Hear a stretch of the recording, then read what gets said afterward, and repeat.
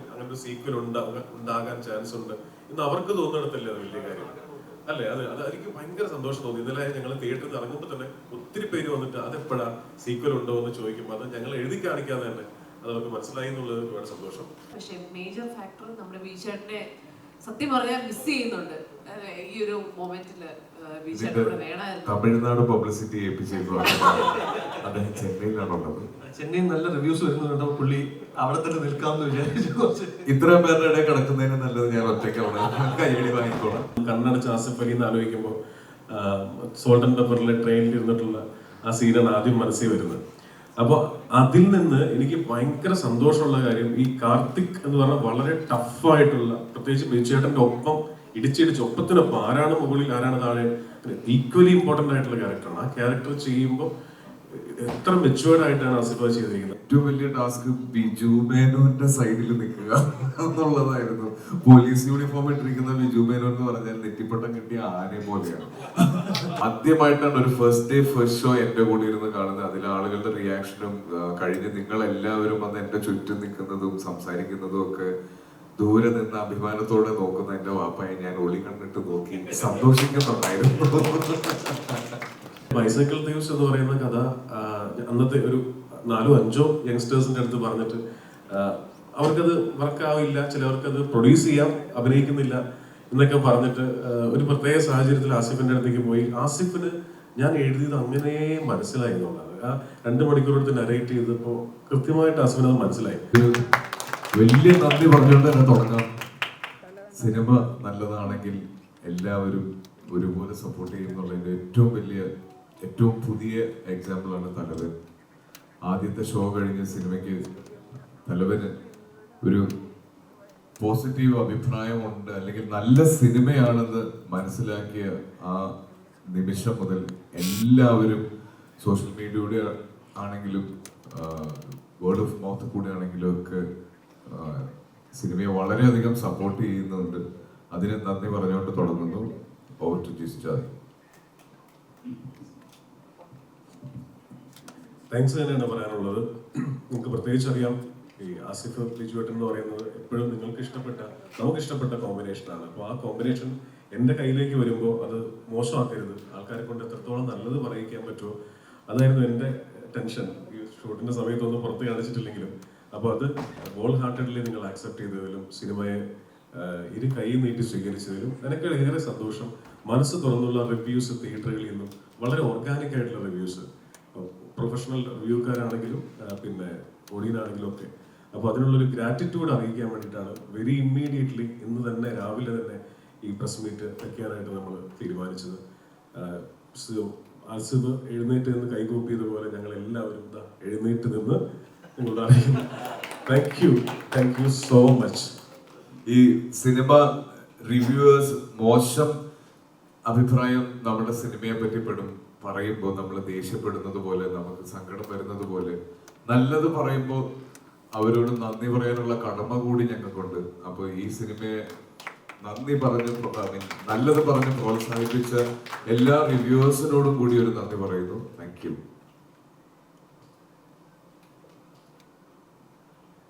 എല്ലാവരും കേൾക്കാൻ കാത്തിരിക്കുന്ന ശബ്ദം ജാഫർ ഇടുക്കി പ്ലീസ്. അല്ല, ആ സിനിമയിലെ ഏറ്റവും വലിയ പ്രത്യേകത എന്ന് പറഞ്ഞാൽ ഈ പിരിമുറുക്കത്തിൽ ഇരിക്കുമ്പോ ജാഫർക്കാട് ഒരു എൻട്രി ഉണ്ട്. ആ എൻട്രിയിലാണ് ഈ കയ്യടി തിയേറ്ററിൽ കിട്ടിയിട്ടുള്ളത്.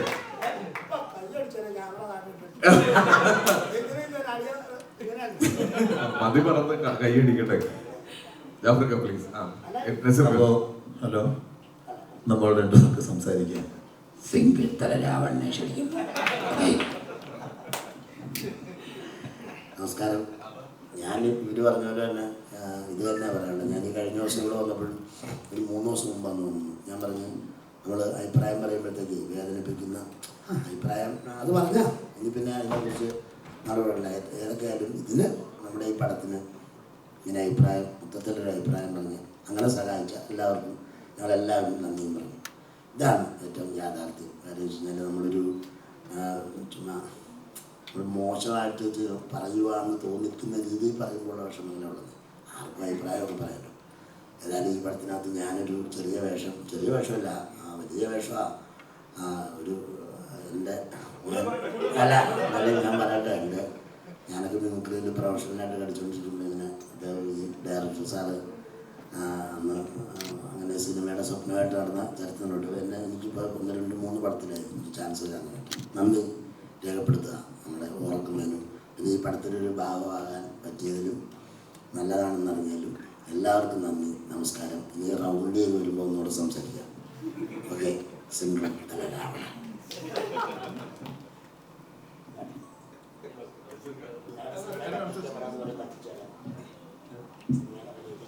പറ്റിച്ചാണ്. എല്ലാവർക്കും നമസ്കാരം. ഒരുപാട് സന്തോഷമുള്ള നിമിഷങ്ങളാണ്. ഒരു നല്ല സിനിമയുടെ ഭാഗമാകാൻ സാധിക്കുക, അതിലൊരു നല്ല വേഷം ചെയ്യാൻ സാധിക്കുക, ആ സിനിമയും നമ്മുടെ വേഷമൊക്കെ ചർച്ച ചെയ്യപ്പെടുക എന്ന് പറയുന്നത് വലിയ ഭാഗ്യവും അനുഗ്രഹവുമാണ്. ജിസ്മോനുമായിട്ട് എനിക്കൊരു 30 കൊല്ലത്തെ അല്ലേ പരിചയമുള്ള ആൾക്കാരാണ്. അതിനുശേഷം കുറേ പടങ്ങൾ ചെയ്തപ്പോഴൊക്കെ ഞാൻ ഇങ്ങനെ മനസ്സുകൊണ്ട് ആഗ്രഹിച്ചിട്ട് ഇത്രയും പരിചയം ഉണ്ടായിട്ട് എന്താണ് എന്നെ വിളിക്കാത്തത് എന്നൊരു ചോദിക്കണമെന്നുണ്ട്, എന്താണ് വിളിക്കാത്തതെന്ന്. അപ്പോൾ ചോദിക്കാനൊരു മടിയുണ്ട് ഇങ്ങനെ ഇരുന്നാണ്. പക്ഷെ തെളിയുമോ നോക്കാൻ വേണ്ടിയാണ്. പക്ഷെ എന്തായാലും തന്നപ്പോൾ മനസ്സ് നിറഞ്ഞ് നല്ലൊരു വേഷം തന്നെ തന്നു. പടം കണ്ട പലരും റോഷാക്കിന് ശേഷം ചെയ്ത ഒരു നല്ല ക്യാരക്ടറാണെന്ന് പറയുമ്പോൾ ഒരുപാട് സന്തോഷമുണ്ട്. താങ്ക് യു ജിസ്മോനെ. അതേപോലെ തന്നെ പ്രിയപ്പെട്ട ബിജുവും ആസിഫും അരുണും ജാഫ്രിക്കയും ഇവരുടെല്ലാം ഒപ്പം വീണ്ടും ഒരു നല്ല പ്രോജക്റ്റിൻ്റെ ഭാഗമാകാൻ സാധിച്ചു. മിയ, അനുശ്രീ, നിങ്ങളുടെ പേര് ഞാൻ പറയാൻ വിട്ടുപോയി, സോറി. അപ്പോൾ ഒത്തിരി സന്തോഷം. നിങ്ങളുടെ സപ്പോർട്ടിന് എന്നും ഈ ഹൃദയത്തിൽ ഒരു എന്താ പറയുക സ്നേഹം ഉണ്ടാവും. അപ്പോൾ കാണാത്തവർ കാണട്ടെ, ഇനി അല്ലേ, തീർച്ചയായിട്ടും കണ്ട് ഇനിയും വിജയിപ്പിക്കട്ടെ ഞങ്ങളുടെ സിനിമ.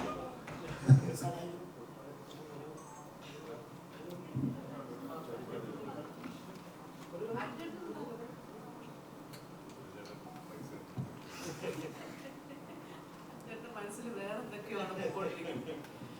മറ്റേ മെഷീൻ മേടിക്കണോ എന്തൊക്കെയാണോ? അല്ല, ഇന്നലെ മുതൽ അന്യഭാഷ റീമേക്ക് റൈറ്റ്സ് എന്നൊക്കെ പറഞ്ഞ് വെള്ളി തുടങ്ങിയിട്ടുണ്ട്. അപ്പൊ അത് പ്രൊഡ്യൂസർ അതിന്റെ തിരക്കിലാണ്. കുറച്ചും കൂടെ ചിന്തിക്കട്ടെ.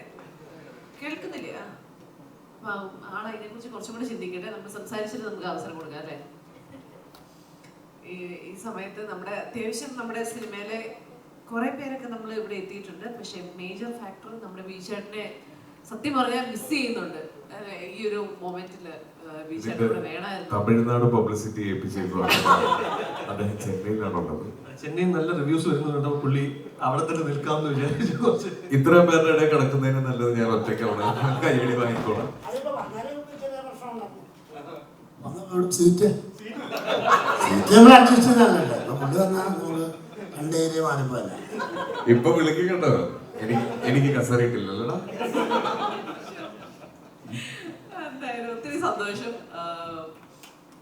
നമ്മളെല്ലാവരും ഒരു സിനിമ നന്നാവണം, നല്ലതായിട്ട് വരണം എന്നുള്ളൊരു പ്രാർത്ഥനയോടെയും ആഗ്രഹത്തോടെയും ഒക്കെയാണ് നമ്മൾ സിനിമ ചെയ്യുന്നത്.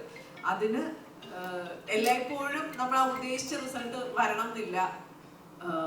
പക്ഷെ ഈ ഒരു സിനിമ എന്താ പറയുന്നത്, നമ്മൾ ആഗ്രഹിച്ചു നല്ലൊരു റിസൾട്ട് വരണമെന്ന് ആഗ്രഹിച്ചു. അതിന്റെ അപ്പുറത്തേക്കുള്ള നല്ലൊരു റെസ്പോൺസ് ആളുകളുടെ അടുത്ത് നിന്ന് കിട്ടുന്നുണ്ട്. അപ്പൊ ഒത്തിരി സന്തോഷം. കണ്ട ആളുകളോടും നല്ല റെസ്പോൺസ് തന്ന ആൾക്കാരോടും ഒക്കെ നന്ദി. ഇനി കാണാത്തവരോട് ഇത് കാണണം എന്ന് അഭ്യർത്ഥിക്കുകയാണ്. നിങ്ങളെല്ലാവരുടെയും സപ്പോർട്ടിന് ഒത്തിരി നന്ദി. എല്ലാവർക്കും നമസ്കാരം. ഒരുപാട് സന്തോഷം. കാരണം ഇന്നലെ മുതൽ നമ്മുടെ മൂവി റിലീസ് ചെയ്തത് മുതൽ ഒരുപാട് നല്ല കമൻസ് ആണ് കേട്ടുകൊണ്ടിരിക്കുന്നത്, ഒരുപാട് നല്ല റിവ്യൂസ് ആണ് കണ്ടുകൊണ്ടിരിക്കുന്നത്. അപ്പോൾ ഒത്തിരി സന്തോഷമാണ്. മിയ പറഞ്ഞതുപോലെ നമ്മൾ വർക്ക് ചെയ്യുന്ന എല്ലാ സിനിമകളും നല്ല രീതിയിൽ വിജയിക്കണം. അതിലുപരി സിനിമ വിജയിക്കുക എന്നതിലുപരി നമ്മൾ ചെയ്യുന്ന ക്യാരക്ടേഴ്സ് ആണെങ്കിലും ആൾക്കാർ അതിനെപ്പറ്റി പറയണം, അവർ ശ്രദ്ധിക്കണം എന്ന് ആഗ്രഹിച്ചാണ് നമ്മൾ ഓരോ ക്യാരക്ടറും ചൂസ് ചെയ്തിരിക്കുന്നത്.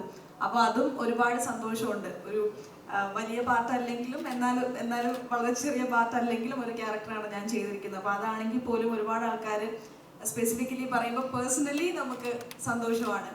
അപ്പോൾ മൊത്തത്തിൽ എല്ലാവരും ഭയങ്കര സന്തോഷത്തിലാണ്. കാരണം മഴയൊക്കെയാണ്, ഇഷ്യൂസ് ഒക്കെ ഉണ്ടെങ്കിൽ പോലും എല്ലാ ആൾക്കാരും മൂവി കാണുന്നുണ്ട്, കണ്ട ആൾക്കാർ വിളിച്ചു പറയുന്നതൊക്കെ ആണെങ്കിലും ഞങ്ങൾക്ക് ഒരിക്കലും ഒരു ഡിസപ്പോയിൻമെന്റ് തോന്നുന്ന ഒരു കമന്റ്സ് ഇതുവരേക്കും കേട്ടിട്ടില്ല. അപ്പൊ എന്തായാലും ഇനിയുള്ള ദിവസങ്ങളിലാണെങ്കിലും കാണാത്തവർ പോയി മൂവി കാണുക. നിങ്ങൾക്ക് എന്തായാലും എല്ലാവർക്കും ഇഷ്ടപ്പെടുന്ന ആ ഒരു സസ്പെൻസ് ത്രില്ലർ എന്ന് പറഞ്ഞിട്ട് ജിസേട്ടൻ്റെ ഒരു പുതിയ ഒരു ഇത് അതെ, അതപ്പോൾ എന്തായാലും നിങ്ങൾക്ക് കാണാൻ കഴിയും. നിങ്ങൾക്ക് ആർക്കും നിരാശരാകേണ്ടി വരില്ല. സോ മോസ്റ്റ്ലി എല്ലാവരും കണ്ടു എന്ന് വിചാരിക്കണം. കാണാത്തവർ എന്തായാലും ഇന്ന് മുതൽ പോയി കാണാം. Thank you so much. ഇതെന്നാ എല്ലാവരും അല്ല കുമ്പളപ്പം നിന്നിട്ടാണെന്ന് അറിയാം. ഇത് കൊച്ചാൻ്റെ അഭിനയിച്ച് റെസ്റ്റോറൻറ്റിൽ വെച്ചിട്ട് മോളാൻ്റെ അഭിനയിച്ച ഇപ്പം നടന്ന സംഭവം. എൻ്റെ അടുത്ത് വേണ്ടിക്കാരെന്ന് പറഞ്ഞ് കഴിഞ്ഞാൽ കൈ കാണിച്ചൊന്നും പോയി. ഞാനും വൈകിട്ടത്തിന് അസുഖം ഞാൻ ഇരിക്കുക. ഞാൻ ചെന്ന് സോറി പറഞ്ഞു. എനിക്കെന്തെല്ലാം കൊച്ചിന് മനസ്സിലായില്ല. ലാസ്റ്റ് സോറി പറഞ്ഞു. ഓക്കെ കുമ്പിളപ്പോ തന്നെ മഹേഷ് ചേട്ടനെ ഇന്ത്യയിൽ നിന്ന് അകത്തിയിട്ട് പോയതാണ്. സ്വന്തം മോളെ തിരിച്ചറിയാൻ കുഴപ്പമില്ല, തെറ്റു പറയാൻ പറ്റില്ല. ഞാൻ അന്നൊക്കെ കാനഡയിൽ പോയില്ലേ, അപ്പൊ ഒരുപാട് ഇത് കുടുംബ വഴക്ക് തീർക്കാനുള്ള ഒരു വേദിയായിട്ട് കാണരുത്.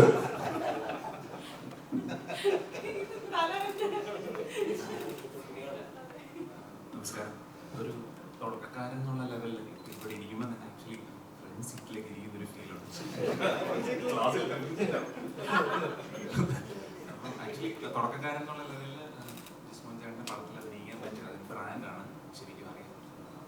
അങ്ങനെ അഭിനയിക്കാൻ പറ്റുക എന്ന് പറയുന്നത് തന്നെ വലിയ ഭാഗ്യമായിട്ട് കാണുന്നു. അതിൻ്റെ കൂട്ടത്തിൽ ആസിക്കയും ബീച്ചാണ്ടും ഇങ്ങനെ കൺമുന്നിൽ അഭിനയിച്ച് കാണാൻ പറ്റുക എന്ന് പറയുന്നത് തന്നെ വലിയ കാര്യമാണ് തുടക്കക്കാരൻ എന്നുള്ള ലെവലിൽ. പിന്നെ ഭയങ്കര നല്ല റിവ്യൂസ് വരുന്നുണ്ട്. അത് ആദ്യമായിട്ടാണ് മനസ്സിലാവുന്നത് എങ്ങനെയാണ് ഒരു ഹിറ്റ് ഉണ്ടാകുന്നത് എന്നുള്ളത് മനസ്സിലാക്കുന്നത് ഫസ്റ്റ് ടൈമാണ് ജീവിതത്തിൽ. അപ്പം അത് ഭയങ്കര ഫീലാണ്. എന്തായാലും താങ്ക് യു. എല്ലാവരും ഇനി പടം കാണുക എന്നുള്ളതേ ഉള്ളൂ പറയാൻ. Thank you so much. അതെ, നമുക്ക് എന്തെങ്കിലും ചോദിക്കാനുണ്ടെങ്കിൽ ചോദിക്കാം. ഒരു ഇന്റർവ്യൂ സെക്ഷൻ. ജിസേട്ട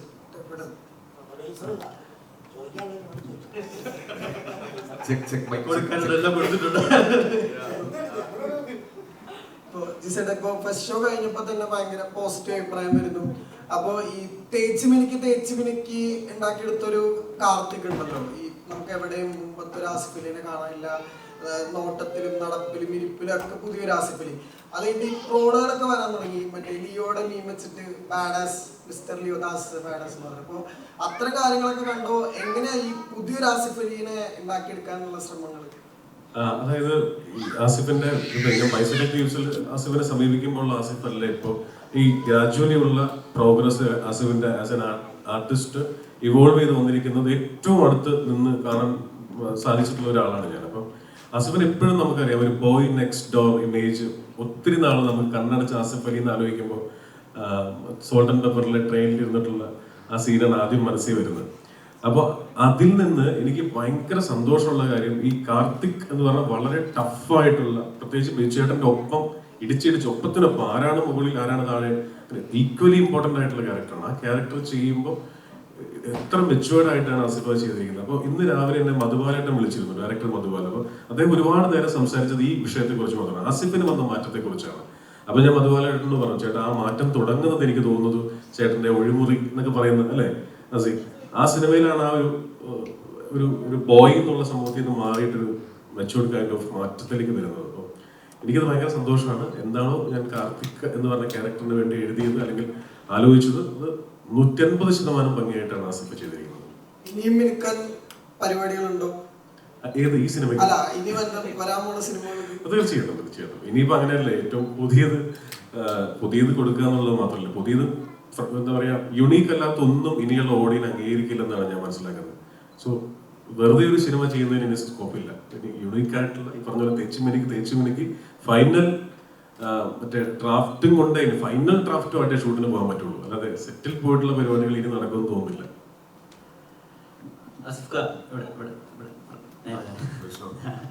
ഇപ്പൊ ഈ കാർത്തിക് ഇതുവരെ ചെയ്യാത്ത കുറെ മാനറിസം, ആസിഫ് അലി ഇതുവരെ ചെയ്യാത്ത കുറെ മാനറിസങ്ങൾ കാർത്തിക് ചെയ്യുന്നുണ്ട്. ഇപ്പൊ ചിന്തിക്കുമ്പോ താടി ചൊറിയുന്നതായാലും അല്ലെങ്കിൽ ചില വളരെ കാഷ്വൽ ആയിട്ട് ആളുകളിൽ നിന്ന് ട്രൂത്ത് എടുക്കുന്നതായാലും അയാൾ വളരെ സാധാരണയായി ചോദിക്കുന്ന കാര്യത്തില പല പ്രധാനപ്പെട്ട ട്രൂത്തുകളും പുറത്തേക്ക് വരുന്നത്. ഈ അതൊക്കെ ഇങ്ങനെ സ്വാഭാവികമായിട്ട് സംഭവിക്കുകയാണോ അതോ ഇതിന് ഒരു പുഷ് കൊടുത്തിട്ടുണ്ടായിട്ടുള്ള രീതിയിൽ? ഇല്ല, ഉറപ്പായിട്ടും അത് സ്വാഭാവികമായിട്ട് സംഭവിച്ചതാണ്. ഞാൻ അങ്ങനെ ഒരു ഭയങ്കര ക്യാരക്ടർ ഡീറ്റെയിലിങ്ങിലൊന്നും ഞാനായിട്ട് എഫേർട്ട് എടുത്തിട്ടില്ല. പക്ഷെ ജിസിന്റെ സ്ക്രിപ്റ്റിലും നറേഷനിലും ഓരോ ദിവസം ഷൂട്ട് ചെയ്യുമ്പോൾ എടുക്കുന്ന ഓരോ ഷോട്ടിലും ഡിസ്ക്രിപ്ഷൻ ഉണ്ടായിരുന്നു.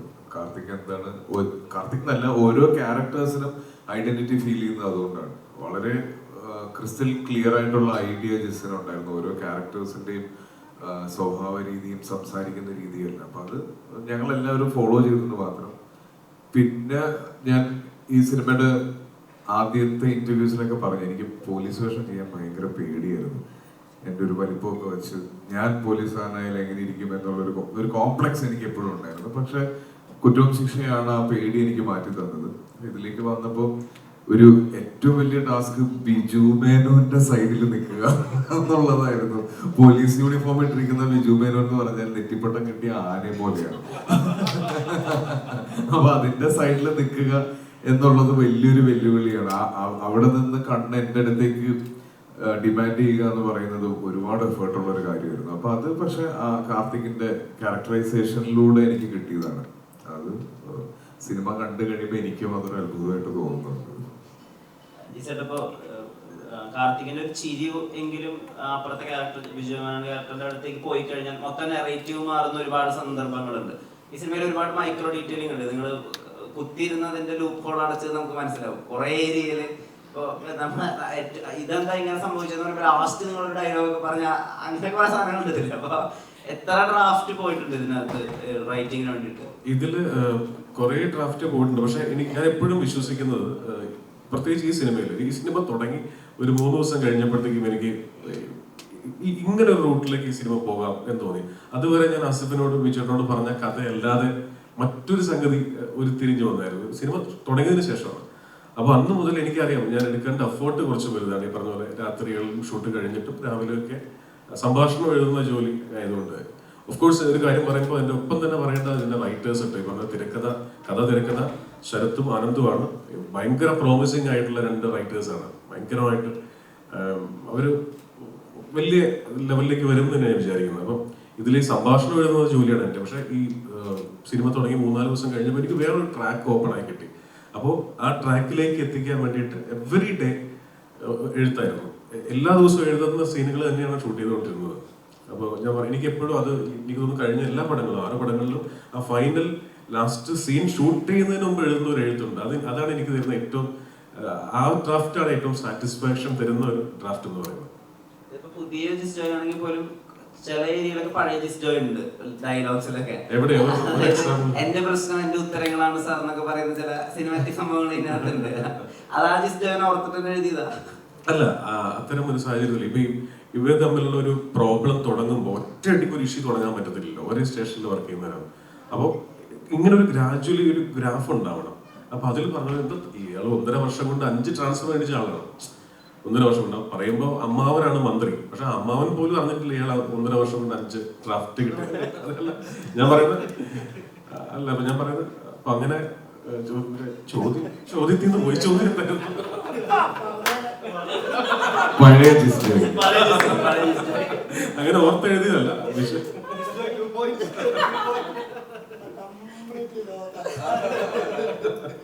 ഇപ്പൊ ജാഫർ ഇടുക്കിച്ചേട്ടന്റെ ക്യാരക്ടറിനെ അവിടെ കൊണ്ട് പ്ലേസ് ചെയ്യാം, അത്രയും ടെൻഷനിൽ നിൽക്കുമ്പോ ചിരി ഉണ്ടാക്കാം. അത് എങ്ങനെ വന്ന ഐഡിയ? അത് എനിക്ക് എഴുതി വന്നപ്പോഴേ ഇത് ഭയങ്കര സീരിയസ് ആയിട്ട് കഥ പോകുമ്പോ എവിടെയോ ഒരു റിലീഫ് കൊടുക്കണം എന്നുണ്ടായിരുന്നു. അപ്പൊ അത് സത്യം പറഞ്ഞാൽ ഈ ക്രൂവിലുള്ള എല്ലാവരും എതിരായിരുന്നു. ശരിയല്ല, എല്ലാവരും ഫുൾ ടീമുകളിൽ ആ ക്യാരക്ടർ അങ്ങനെ കൊടുക്കുന്നത്, അവിടെ ക്യാരക്ടർ വരരുത് എന്നുള്ളതായിരുന്നു. അത് ശരിക്കും എന്റെ പിടിവാശിയായിരുന്നു. അത് വേണം. ഈവൻ എഡിറ്റിൽ വന്നപ്പോ പോലും അത് കളയാനൊക്കെ ശ്രമങ്ങൾ ഉണ്ടായിരുന്നു. പക്ഷെ ഒരു രീതിയിലും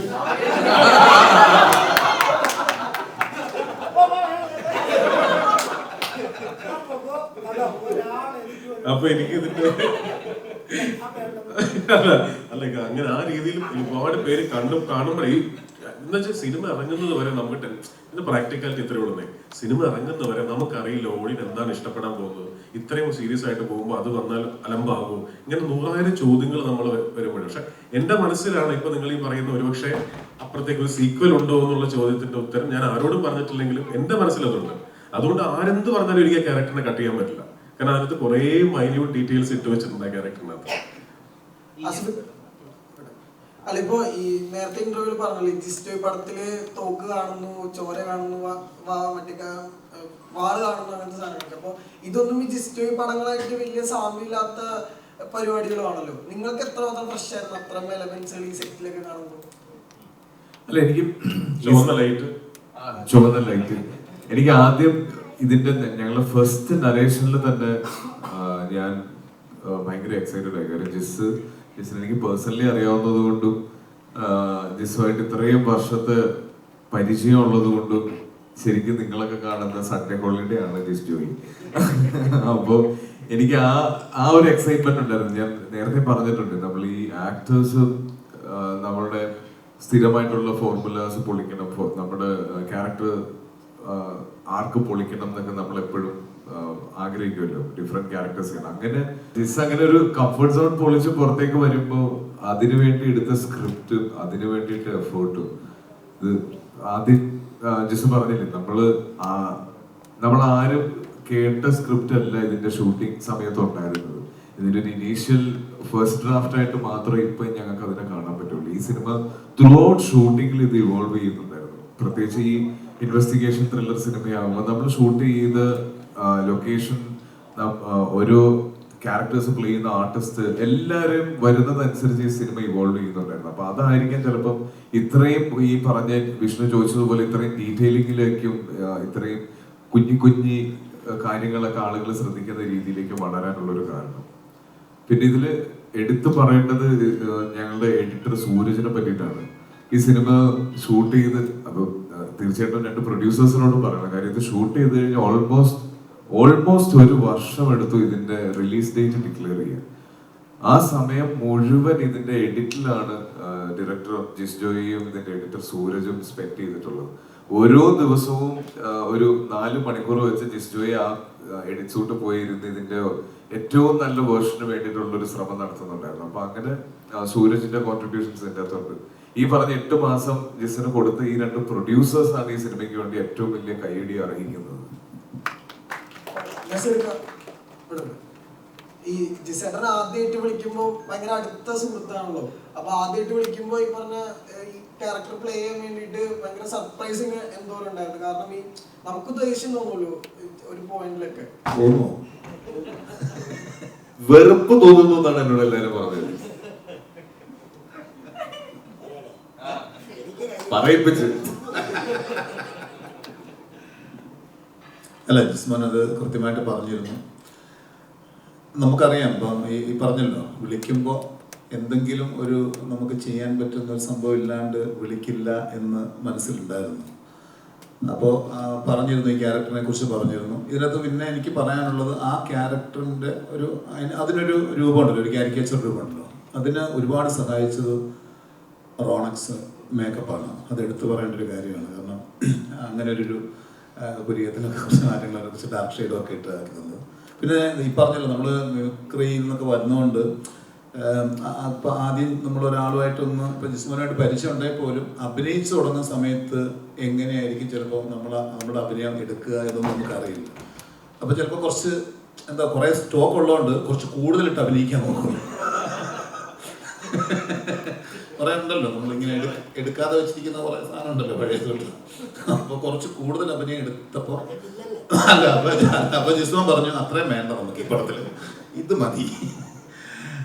ഭയങ്കര രസമായിരുന്നു. കാരണം ഞാൻ പറഞ്ഞല്ലോ, നമുക്കവിടെ ഒരു നല്ലൊരു കുടുംബം പോലെ ഏറ്റവും സന്തോഷകരമായി ഇനി ഇവരുടെ ടീമിൽ വരട്ടെ എന്നാണ്. ഈ സ്ക്രിപ്റ്റില് ഭയങ്കര പിരിമുറുക്കം ഉണ്ടെങ്കിൽ ഞങ്ങൾ ഈ ഷൂട്ട് ഭയങ്കര ആസ്വദിച്ചു. പ്രത്യേകിച്ച് ജാഫർക്ക് വരുമ്പോൾ ജാഫർക്കിടയിൽ ഇത്ര ഹൈറ്റ് ഉള്ള ഒരു സ്പീക്കറും ഇതുപോലത്തെ ഒരു കോർഡ്ലെസ് മൈക്കും ഉണ്ട്. രാത്രി ഗാനം വേണം, മിമിക്രി, ബിജു മേനന്റെ പാട്ട്, ഭയങ്കര അതെ കമ്മിറ്റ് ചെയ്തിട്ട് പരിപാടിക്ക് വരാത്ത ആൾക്കാർ. അപ്പൊ അങ്ങനെ എനിക്ക് തോന്നുന്നു അത്രയും ആസ്വദിച്ചതും ഒക്കെയാണ് ഈ സിനിമയിലേക്ക് ഇപ്പൊ ഈ ഇതിന്റെ ഒരു എൻഡ് റിസൾട്ടിൽ ഇത്രയും ഭംഗിയായിട്ട് ഇത് കാണുന്നത്. ഇന്നലെ പടം കാണാൻ വേണ്ടി ഫാമിലി വന്നായിരുന്നു, ഉമ്മയും വൈഫും ഒക്കെ വന്നു. പടം കഴിഞ്ഞ ശേഷം ഭയങ്കരമായിട്ട് കെട്ടിപ്പിടുത്തവും ഇങ്ങനെ കണ്ണീരൊക്കെ വന്നു.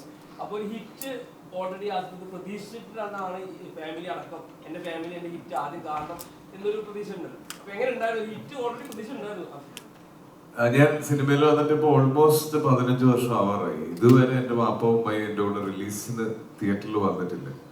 പിന്നെ സ്കൂളിൽ പഠിക്കുമ്പോഴും കോളേജിൽ പഠിക്കുമ്പോഴും ഒന്നും ഈ റിസൾട്ട് വരുമ്പോൾ കെട്ടിപ്പിടിച്ച് ഉമ്മ തരാനുള്ള ഒരു സൗകര്യം ഞാൻ കൊടുത്തിട്ടില്ല. അപ്പോ അതിന്റെ സുഖം എന്താണെന്ന് അവരൊന്നും അറിയണ്ടേ.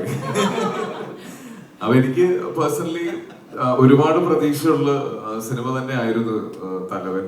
അപ്പൊ ഞാൻ ജസിന്റെ കൂടെ ഒരു സിനിമയിൽ സാധാരണ സ്പെൻഡ് ചെയ്യുന്നതിനേക്കാൾ ഒരുപാട് സമയം ഇതിൽ ഞാൻ സ്പെൻഡ് ചെയ്തിട്ടുണ്ട്. തീർച്ചയായിട്ടും എന്റെ സുഹൃത്ത് കൂടി ആയതുകൊണ്ട്. അപ്പൊ എനിക്ക് എവിടേക്കോ ഒരു നല്ല പ്രതീക്ഷ ഉണ്ടായിരുന്നു. അപ്പൊ ഇത് എങ്ങാനും എനിക്ക് കിട്ടിയല്ലോ എന്നുള്ളത് കൊണ്ട് അതെ, വാപ്പനും ഉമ്മ അവര് തൊടുപുഴയിൽ നിന്ന് വന്നു. ആദ്യമായിട്ടാണ് ഒരു ഫസ്റ്റ് ഡേ ഫസ്റ്റ് ഷോ എന്റെ കൂടെ ഇരുന്ന് കാണുന്നത്. അതിലെ ആളുകളുടെ റിയാക്ഷനും കഴിഞ്ഞ് നിങ്ങൾ എല്ലാവരും വന്ന് എന്റെ ചുറ്റും നിൽക്കുന്നതും സംസാരിക്കുന്നതും ഒക്കെ ദൂരെ നിന്ന് അഭിമാനത്തോടെ നോക്കുന്ന എന്റെ വാപ്പയെ ഞാൻ ഒളി കണ്ടിട്ട് നോക്കി സന്തോഷിക്കുന്നുണ്ടായിരുന്നു. ഈ സോഷ്യൽ മീഡിയയിലൊക്കെ ഒരു ട്രോൾ ഉണ്ട്, കുറച്ചു കാലം മുമ്പ് ഇറങ്ങിയതാണ്. ഇപ്പൊ ബ്ലോക്ക് ബാസ്റ്റർ വേണമെന്ന് ആഗ്രഹിക്കുന്ന ആസിഫ് അലി, അപ്പൊ അവനെ വിളിക്ക് എന്ന് പറയുമ്പോൾ ജിസ്റ്റ് വരുന്നു.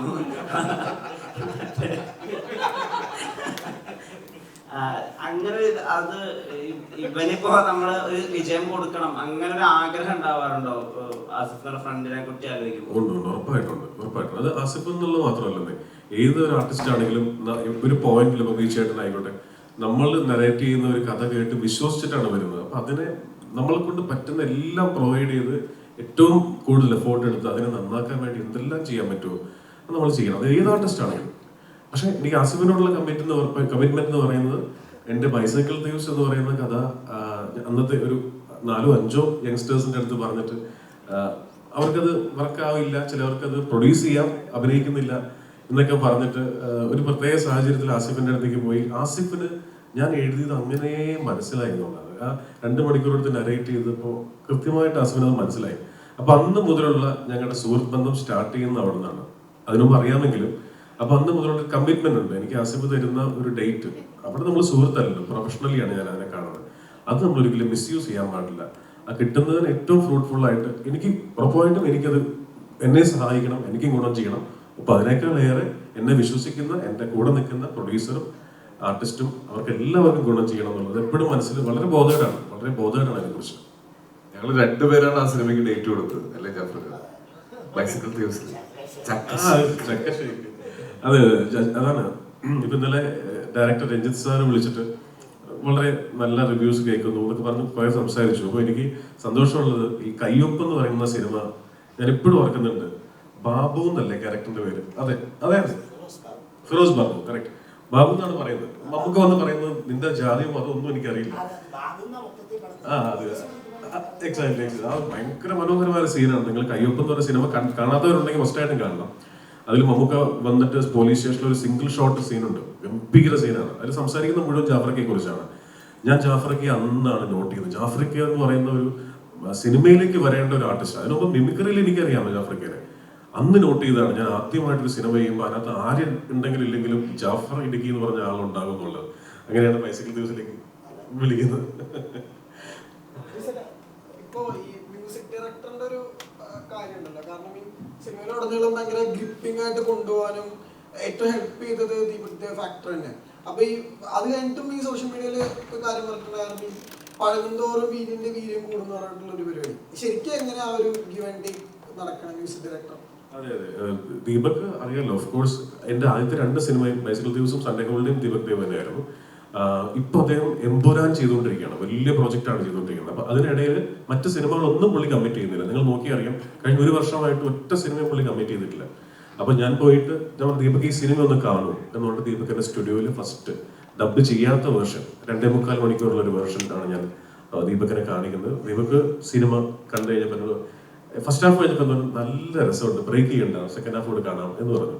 ദീപക് എനിക്ക് തരുന്നൊരു കോൺഫിഡൻസ് ഭയങ്കര വലുതാണ്. ഓഫ് കോഴ്സ് ദീപകിന്റെ പ്രത്യേകത, ദീപക് ഒരു പക്ഷേ മറ്റ് മ്യൂസിക് ഡയറക്ടേഴ്സിനേക്കാൾ ഒരു അല്പം കൂടെ സമയം കൂടുതലെടുക്കും. അത് പുള്ളിയുടെ ഈ ഭയങ്കര പ്രിസൈസ്ഡ് പെർഫെക്ഷൻ വേണം എന്നുള്ളൊരു ആഗ്രഹം കൊണ്ട് പുള്ളി തന്നെ ഇരുന്ന് ചെയ്യുന്നതാണ്. അപ്പോൾ എല്ലാം വരണ്ട് വേറെ ആൾക്കാരെ വെച്ചുകൊണ്ട് ചെയ്യിക്കുന്നത് വളരെ കുറവേ ഉള്ളൂ. പുള്ളി തന്നെയാണ് പ്രോഗ്രാം ചെയ്യുന്നത്. ഭയങ്കര സൗണ്ടിങ് സെൻസ് ഉള്ള ആളാണ്. അപ്പോൾ ദീപക്കിന് ഒരു സുഹൃത്ത് എന്നതിനപ്പുറം ദീപക് ദേവിന്റെ മ്യൂസീഷ്യൻ എനിക്ക് ഭയങ്കര ഇഷ്ടമാണ്. അത് ഭയങ്കര വേഴ്സറ്റാലിറ്റി ഉള്ള ആളാണ്. അപ്പോൾ അദ്ദേഹത്തിൻ്റെ പാട്ടുകൾ നോക്കുകയാണെങ്കിൽ ഇപ്പോൾ കരളേ കരളിൻ്റെ കരളേ എന്നുള്ള പാട്ട് ഉദയനാണ് താരത്തിൽ അതേ സിനിമയിലാണ് പറയാതെ അറിയാതെ എന്നുള്ള മനോഹരമായ ക്ലാസിക്, സ്വയംവര ചന്ദ്രിക, അങ്ങനെ പറഞ്ഞ ഇഷ്ടം പോലെ. അപ്പോൾ അങ്ങനെ ഒരു ഭയങ്കര വേഴ്സറ്റാലിറ്റി ഉണ്ട് ദീപകിന്. പിന്നെ അദ്ദേഹം ശരിക്കും ഇപ്പോൾ എഡിറ്റ് മാത്രമല്ല, മ്യൂസിക്കിനും നിങ്ങൾ പറഞ്ഞാൽ വിശ്വസിക്കില്ല, സാധാരണ ഒരു സിനിമയുടെ ബാക്ക്ഗ്രൗണ്ട് സ്കോർ എന്ന് പറയുന്നത് 18 ദിവസം മുതൽ 20 ദിവസം വരെയാണ്. പണ്ടൊക്കെ സിനിമയിൽ ഫിലിമിൽ ഷൂട്ട് ചെയ്തിരുന്ന സമയത്ത് അന്നൊക്കെ ശരിക്കും 3 ദിവസം അല്ലേ, അവർക്ക് 3 ദിവസത്തേക്ക് ഒരു സ്റ്റുഡിയോ ബ്ലോക്ക് ചെയ്ത് 3 ദിവസം കൊണ്ട് റീ റെക്കോർഡിങ് കഴിയും. ഇന്നത് മാറി 20-22 ദിവസമായി. പക്ഷേ ഈ സിനിമയ്ക്ക് ഏതാണ്ട് 4-5 മാസം ദീപക് എടുത്തിട്ടുണ്ട്. അപ്പോഴൊക്കെ അത്രയും ഞാൻ പറഞ്ഞു, ഇവർ ഈ 2 പ്രൊഡ്യൂസേഴ്സും എനിക്ക് ടെൻഷൻ ഉണ്ട് ആ സമയത്ത് ഇങ്ങനെ നീണ്ടു പോകുമ്പോഴേ.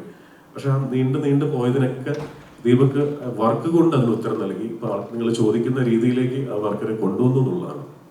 ചേട്ടാ അപ്പോഴും ഈ ജിസേട്ടൻ പറയുമ്പോഴും ഒരു ആംഗിൾ ഉണ്ടല്ലോ, ഈ പടം അത്രയും ദിവസം മോൾഡ് ചെയ്ത് വെക്കുക, ഷൂട്ട് കഴിഞ്ഞു, പോസ്റ്റ് പ്രൊഡക്ഷൻ എല്ലാം കഴിഞ്ഞിട്ട് എന്ന് പറയുമ്പോൾ ഒരു പ്രഷർ ഉണ്ടാവുമല്ലോ. കാരണം മറ്റ് സിനിമകൾ അതോടൊപ്പം നടക്കുന്നുണ്ട്. എങ്ങനെ അത് മാനേജ് ചെയ്ത് പോകുമ്പോൾ നമ്മൾ ഈ പറഞ്ഞ നമുക്ക് ഇങ്ങനെ ഇരുന്ന് സംസാരിക്കുന്ന ഒരു സാഹചര്യം ഉണ്ടാവുക എന്നുള്ളതാണ് നമുക്ക് ഏറ്റവും വലുത്. ആ സാഹചര്യം ഉണ്ടാവാൻ വേണ്ടിയിട്ടാണ് നമ്മൾ അങ്ങനെ വെയിറ്റിംഗ്. അപ്പം സിനിമ നന്നാവുക എന്നുള്ളതുണ്ട്. അതിനുവേണ്ടി നമ്മൾ എന്തൊക്കെ എഫേർട്ട് എടുക്കാമോ നമ്മൾ സ്പെൻഡ് ചെയ്യുന്നതിന് മാത്രമല്ലല്ലോ, പണം ചിലവാക്കുന്നതിന് മാത്രമല്ല, നമ്മളതിൻ്റെ ക്വാളിറ്റിക്ക് വേണ്ടിയിട്ട് ആ ഒരു ഔട്ട്പുട്ട് വരാൻ വേണ്ടി നമുക്ക് എടുക്കാവുന്ന എഫേർട്ട്, ടൈമും അത് വലിയൊരു ഇമ്പോർട്ടൻ്റ് ഘടകമാണ്. നമ്മൾ ഇന്ന സമയത്തിന് റിലീസ് ഡേറ്റ് വെച്ചിട്ട് സിനിമ അനൗൺസ് ചെയ്യുക എന്ന് പറഞ്ഞ പരിപാടി ഞാൻ ഇതുവരെ ചെയ്തിട്ടില്ല. അപ്പം നമുക്ക് സിനിമ ഇവോൾവ് ആയി വന്ന് ഏറ്റവും നല്ല ഷേപ്പിൽ വന്നിട്ട് നമ്മൾ റിലീസ് അനൗൺസ് ചെയ്യുക, സിനിമ തിയേറ്ററിലേക്ക് എത്തിക്കുക എന്നുള്ളതാണ്. അതുകൊണ്ടാണ് നമുക്കിപ്പം നിങ്ങളുടെ മുമ്പിൽ ഇങ്ങനെ സന്തോഷത്തോടെ ഇരിക്കാൻ സാധിക്കുന്നത്.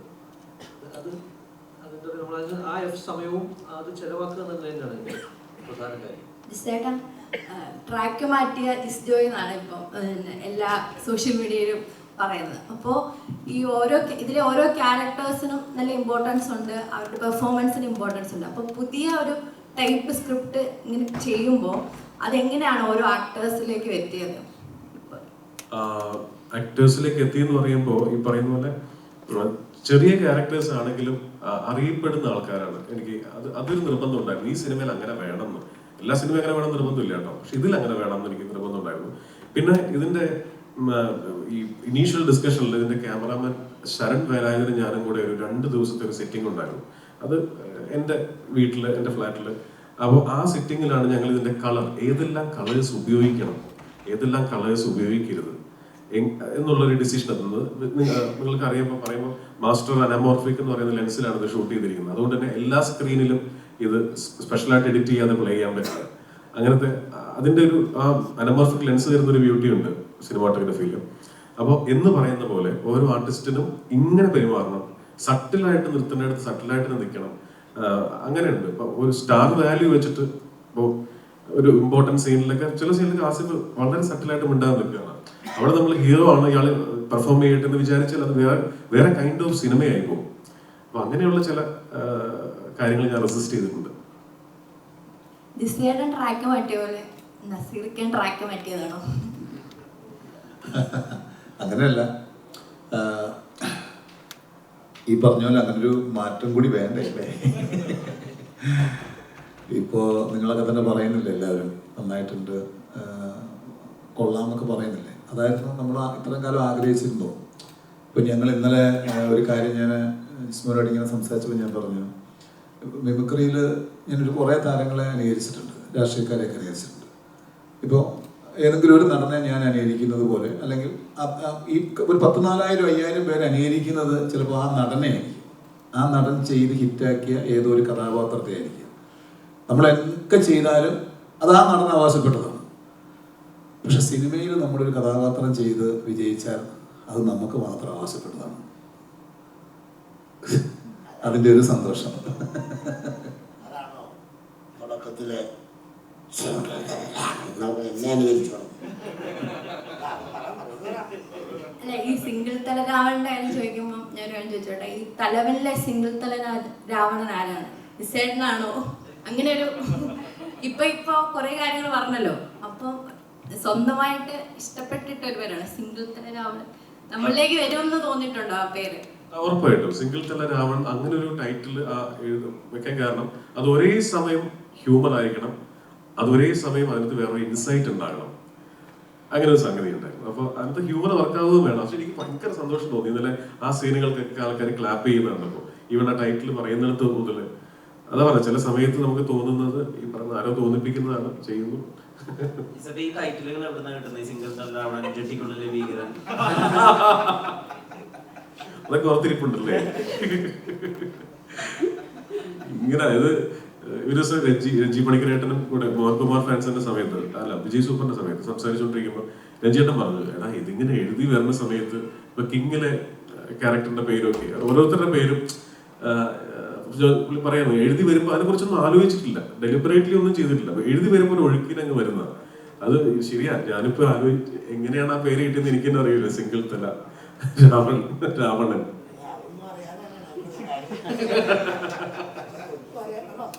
അല്ല സിനിമയിൽ അതിന്റെ ആൻസർ ഉണ്ട്. സിനിമയിലുണ്ട്. വിമൻ ക്യാരക്ടേഴ്സ് ഈ പടത്തിൽ സാധാരണ ഒരു പോലീസ് സ്റ്റോറിയിൽ പോലീസുകാരന്റെ ഭാര്യ എന്ന് പറയുമ്പോൾ ഒന്നില്ലെങ്കിൽ യൂണിഫോം ഒക്കെ തേക്കുന്ന, ബ്രേക്ക്ഫാസ്റ്റ് ഉണ്ടാക്കുന്ന അവിടെ വരെ അവസാനിക്കും. പക്ഷെ ഇതിൽ കുറച്ചും കൂടി ഉണ്ട് ചെയ്യാൻ. അങ്ങനെ തന്നെ റൈറ്റിംഗിൽ വേണം, ഇവർക്കൊരു ലെയർ വേണം, ഇവർക്കും കഥയിൽ ചെയ്യാൻ വേണം. അതും നിങ്ങളുടെ ആദ്യത്തെ കഥയിൽ ഉണ്ടായിരുന്നോ? അതോ ഉറപ്പല്ല, അങ്ങനെയല്ല. ആദ്യത്തെ കഥയിൽ അത് ഉണ്ടായിരുന്നു. പക്ഷെ നിങ്ങൾ നോക്കി അറിയാം, ഞാൻ ചെയ്തിട്ടുള്ള എല്ലാ സിനിമയിലും എനിക്ക് ഈ സ്ത്രീ കഥാപാത്രങ്ങൾ പ്രത്യേകിച്ച് ഇപ്പൊ പറയുമ്പോൾ അതിന് വേറൊരു കോണ്ടെക്സ്റ്റിൽ അതെ എടുക്കണം എന്നില്ല. പക്ഷെ എങ്കിലും പറയാണ്, ആദ്യത്തെ സിനിമയിൽ ബൈസൈക്കിൾ ദിവസം മുതൽ നോക്കിയോ ഒരു പോയിന്റിൽ ആസിഫിനെ കൊണ്ട് ആസിഫ് പോലും അറിയാതെ ആസിഫിനെ ചീറ്റ് ചെയ്ത് വേറൊരു ലക്ഷ്യവുമായി പെരുമാറുന്ന അപർണ ഗോപിനാഥ് ചെയ്ത ക്യാരക്ടറാണ്. അതിനുശേഷം സൺഡേ ഹോളിലെ ചെയ്തു. സൺഡേ ഹോളിൽ ചെയ്തപ്പോൾ അപർണ ബാലമുരളി എന്തുമാത്രം വലിയ റോൾ അതിനകത്ത് ചെയ്തതെന്ന് നമുക്കറിയാം. അത്രയും വളരെ തകർന്നിരിക്കുന്ന ഒരാളെ ഒരു സുഹൃത്ത് എന്ന രീതിയിൽ മോട്ടിവേറ്റ് ചെയ്യിക്കുന്നു. പിന്നെ ഇത് പ്രണയമാകുന്നു. പിന്നെ അതിന് വേറെ ലെയേഴ്സ് വരുന്നു. അതിനുശേഷം വിജയ് സൂപ്പറും പൗർണമിയും ടൈറ്റിൽ തന്നെ നമ്മളെ. അപ്പൊ അങ്ങനെ ഞാൻ ഈ എനിക്ക് ഭയങ്കര ഇമ്പോർട്ടൻ്റ് ആണ് ലേഡി കഥാപാത്രങ്ങൾ വളരെ ശക്തമായിട്ട് സിനിമയിൽ. എല്ലാ സിനിമയ്ക്കും നമുക്ക് അത് വേണമെന്ന് വെച്ച് എഴുതാനൊന്നും പറ്റുന്നില്ല. പക്ഷെ എന്തെങ്കിലും ഒരു സ്കോപ്പ് ഉണ്ടെങ്കിൽ ഞാൻ ശ്രദ്ധിക്കാറുണ്ട്. ഇന്നലെ വരെ നിമിഷം ഞാനായിട്ടൊരു ഫൈറ്റ്. എക്സാക്ട്ലി. എനിക്കത് ഈസി ആയിട്ട് ആന്റണിയും അതെ കറക്റ്റ് ആന്റണിയും ആസിഫും കൂടിയിട്ടുള്ള ഫൈറ്റ് ആക്കാമായിരുന്നല്ലോ. അത് എങ്ങനെ നമ്മൾ ചിന്തിക്കുള്ളൂ. പക്ഷെ നമ്മൾ അപ്പം പോലും കാണാത്തത് കാണിക്കാം. അതാണ് ആന്റണി ഇരുന്നിട്ടാണ് നിമിഷയെ കൊണ്ട് തന്നെ എടുപ്പിച്ചത്.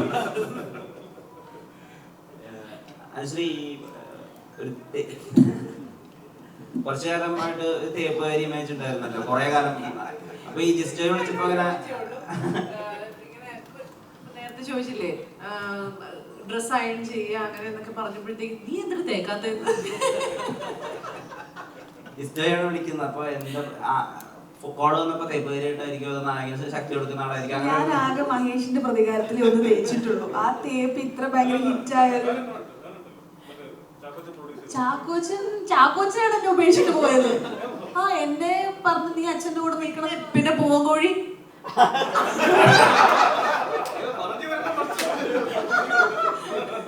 സമ്മതിച്ചേക്ക് എന്നെ മാത്രമേ ഉള്ളൂ. എന്റെ മറ്റേത് ചാക്കോച്ചനാണ് വെച്ചത്.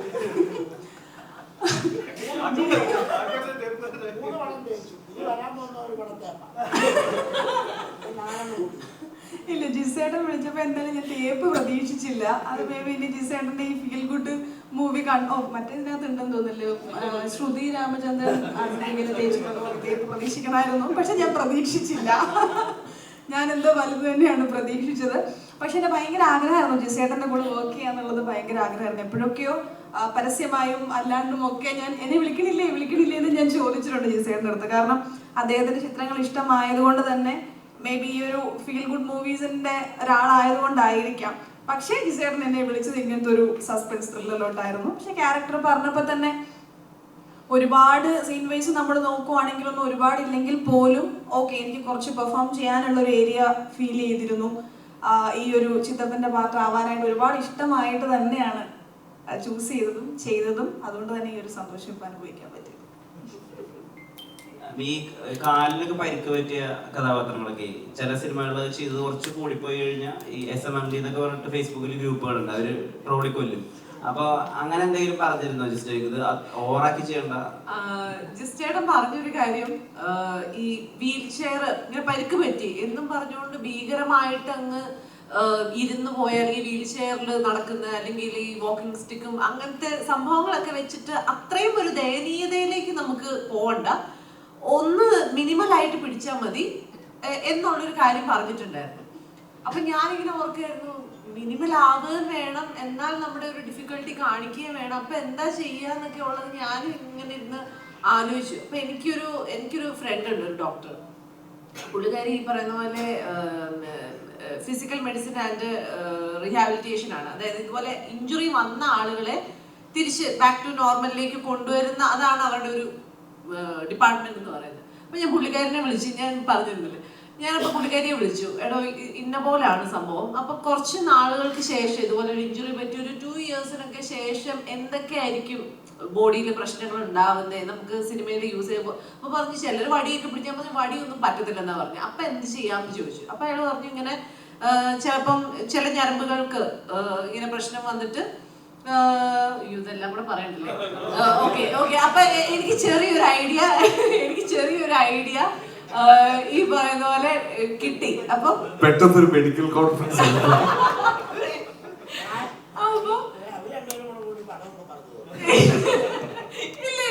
ഞാൻ നിർത്തി, പെട്ടെന്ന് എനിക്ക് ബോധം വന്നു. ഓക്കെ, അപ്പൊ ഞങ്ങൾ ഇങ്ങനെ സംസാരിച്ചിട്ട് ജിസ്റ്റേട്ടൻ എന്തൊക്കെയാണോ ആവശ്യമുള്ളത് അതിലേക്ക് എങ്ങനെ കൊണ്ടുവരാം എന്നുള്ള ചെറിയൊരു ഡിസ്കഷൻ നടത്തി.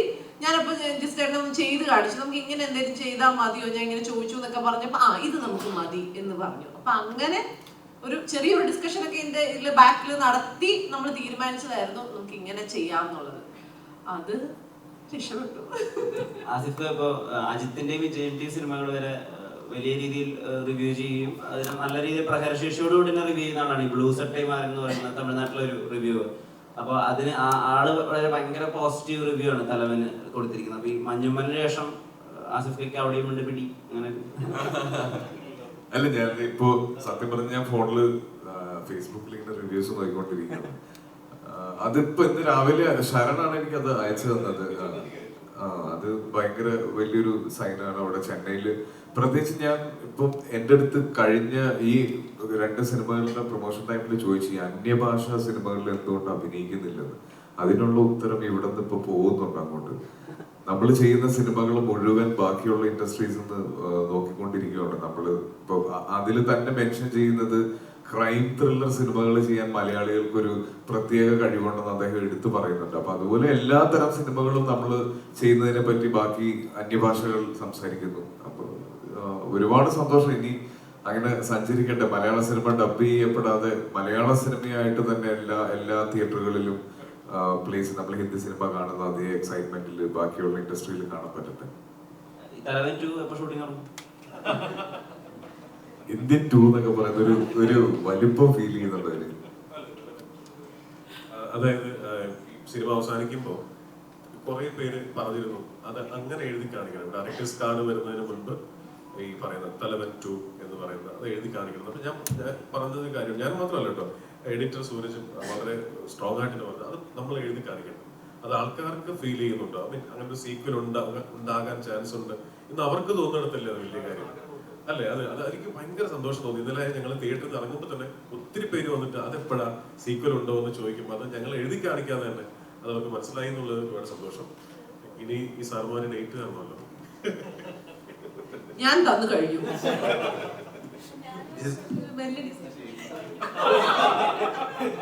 അല്ല സിനിമ കണ്ട അനുവിന്റെ കാര്യത്തിൽ ജിസ്റ്റോയ് ഇവിടെ സാധാരണ ഇതിൽ അന്വേഷണാത്മക സിനിമകൾ വരുമ്പോൾ നോർമലി ആ ഒരു കഥയുടെ കൂടെ നമ്മളിപ്പം നായകനാണെങ്കിൽ നായകന്റെ അന്വേഷണത്തോടൊപ്പം നമ്മൾ പ്രേക്ഷകരും അന്വേഷണം തുടങ്ങും. അപ്പൊ ആ അന്വേഷണമൊക്കെ നമ്മൾ ഇപ്പം പല സമയത്തും ഈ ക്രൂവിനോട് ഈ പല സജഷൻസ് ഒക്കെ എടുത്ത് മുന്നോട്ട് പോകുന്നു പറയുന്നത്. അപ്പൊ ശരിക്കും പറഞ്ഞാൽ ആ ഒരു എലമെന്റുകൾ പിടിച്ചെടുക്കുക എന്നുള്ള ഉദ്ദേശത്തോടുകൂടിയാണോ അങ്ങനെ ചെയ്തത്? അതൊരു കഥ സാധാരണ ഇതില് ഒരു സ്ക്രിപ്റ്റ് റെഡി ആയി കഴിഞ്ഞാൽ പിന്നെ അതിനകത്ത് മാറ്റങ്ങൾ വരുത്താനോ അല്ലെങ്കിൽ അതിനകത്ത് ഡയറക്ടേഴ്സ് പൊതുവെ സമ്മതിക്കാം. മെയിൻ ആക്ടേഴ്സും ചിലപ്പോൾ സമ്മതിക്കാതിരിക്കും.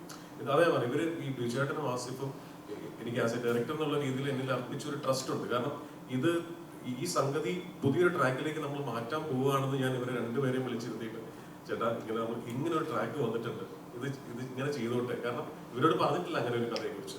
അപ്പൊ ഇവര് രണ്ടുപേരും തന്നൊരു സപ്പോർട്ടുണ്ട്. അല്ലെങ്കിൽ പിന്നെ അതാണ് ആ ട്രസ്റ്റ്. അതിനെ കുറിച്ച് ഡീറ്റെയിൽ ആയിട്ട് ഞാൻ പറയുന്നില്ല. അത് അത്രയും ഒരു ട്രസ്റ്റാണ് അവർ നമുക്ക് തന്നത്. പിന്നെ ഈ അഭിനയിച്ച ആൾക്കാരെ മുഴുവൻ ആവശ്യമുള്ളിടത്ത് സട്ടിലാക്കി നിർത്താൻ ചില സമയത്ത് മാത്രം ലൗഡാക്കുക ആ ഒരു പിടി പോകരുത്. കാരണം ഈ കുറ്റാന്വേഷണ സിനിമ ഞാൻ ആദ്യമായിട്ടാണ് ചെയ്യുന്നത്. അത് ചെയ്തു തുടങ്ങിയപ്പോഴാണ് എനിക്ക് മനസ്സിലായത് ഇത് അങ്ങോട്ടോ ഇങ്ങോട്ടോ അല്പം മാറിയ ആൾക്കാർക്ക് ആളെ മനസ്സിലാകാനോ അല്ലെങ്കിൽ വേറെ രീതിയിൽ ചിന്തിച്ച് അങ്ങനെ പോരുന്നില്ല. ആൾക്കാർ ഭയങ്കര ഫോക്കസ്ഡ് ആയിട്ട് പോയിക്കൊണ്ടിരിക്കുന്നത്. ഈവൺ ഇപ്പൊ ജാഫർക്കയുടെ ആ 2 സീൻ വരുമ്പോൾ പോലും ആൾക്കാർ മെയിൻ മൂലകഥയിൽ നിന്ന് പോകാൻ പാടില്ല. അതിനൊരു ആൻസർ ഉണ്ടാകണം.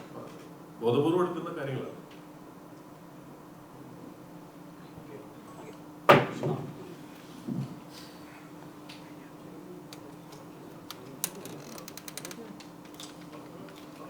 അപ്പോ വേറെ ഒന്നുമില്ലല്ലോ ചോദിക്കാൻ? ഉണ്ടോ?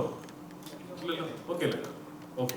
അപ്പോ ഒരുപാട് മനസ്സ് നിറഞ്ഞ സന്തോഷം. ഞങ്ങളുടെ മുമ്പിലിരിക്കുന്ന നിങ്ങൾ ഓരോരുത്തരോടും ഇത് കണ്ടുകൊണ്ടിരിക്കുന്ന എന്താ പറയുക എണ്ണമില്ലാത്ത അത്രയും പ്രേക്ഷകരോടും ഒക്കെ ഞാൻ ആദ്യം പറഞ്ഞ പോലെ തന്നെ ഈ സിനിമ കാണാൻ ഫസ്റ്റ് ഡേ തിയേറ്ററിലേക്ക് മഴയൊക്കെ അതിജീവിച്ച് വന്നതിലും മനസ്സ് നിറഞ്ഞ റിവ്യൂസ് ഇട്ടതിലും ഓണസ്റ്റ്ലി ഞങ്ങൾക്ക് മെസ്സേജ് അയച്ച് വിളിച്ചു പറഞ്ഞ് ഒരു സിനിമ എഴുതാൻ പേനയെടുത്ത ആദ്യത്തെ വാചകം എഴുതുമ്പോൾ മുതലുള്ള നമ്മുടെ സ്വപ്നമാണ് ഈ റെസ്പോൺസ് എന്ന് പറയുന്നത്. ഇതിനപ്പുറം വേറൊരു സന്തോഷമില്ല. ഒരു ഫിലിം മേക്കറെ സംബന്ധിച്ചിടത്തോളം സിനിമ ഉപജീവന മാർഗമായിട്ടും പാഷനായിട്ടും കാണുന്ന ഒരാളെ സംബന്ധിച്ച് ഇതിനപ്പുറം വേറൊരു സ്വപ്നമില്ല. അപ്പോൾ അത് ഞങ്ങളെല്ലാവരും ഹൃദയത്തിൽ ഉൾക്കൊള്ളുന്നു. അതെന്നും നിങ്ങളോട് കടപ്പെട്ടവരായിരിക്കും. സിനിമ നിങ്ങളുടെ തൊട്ടടുത്ത തിയേറ്ററുകളിലുണ്ട്. എല്ലാവരും തിയേറ്ററിൽ തന്നെ പോയിട്ട് എത്രയും പെട്ടെന്ന് സിനിമ കാണണം. ഇനിയും കൂടുതൽ റിവ്യൂസ് ഇടണം, ഞങ്ങളെ വിളിക്കണം. ഇതാണ് നല്ല സിനിമ ചെയ്യാനുള്ള ഏറ്റവും വലിയ ഫ്യൂവൽ എന്ന് പറയുന്നത്. ആ ഫ്യൂവൽ തന്നുകൊണ്ടേയിരിക്കണം. ഞങ്ങൾ കടപ്പെട്ടിരിക്കുന്നു. Full gratitude towards U. Thank you.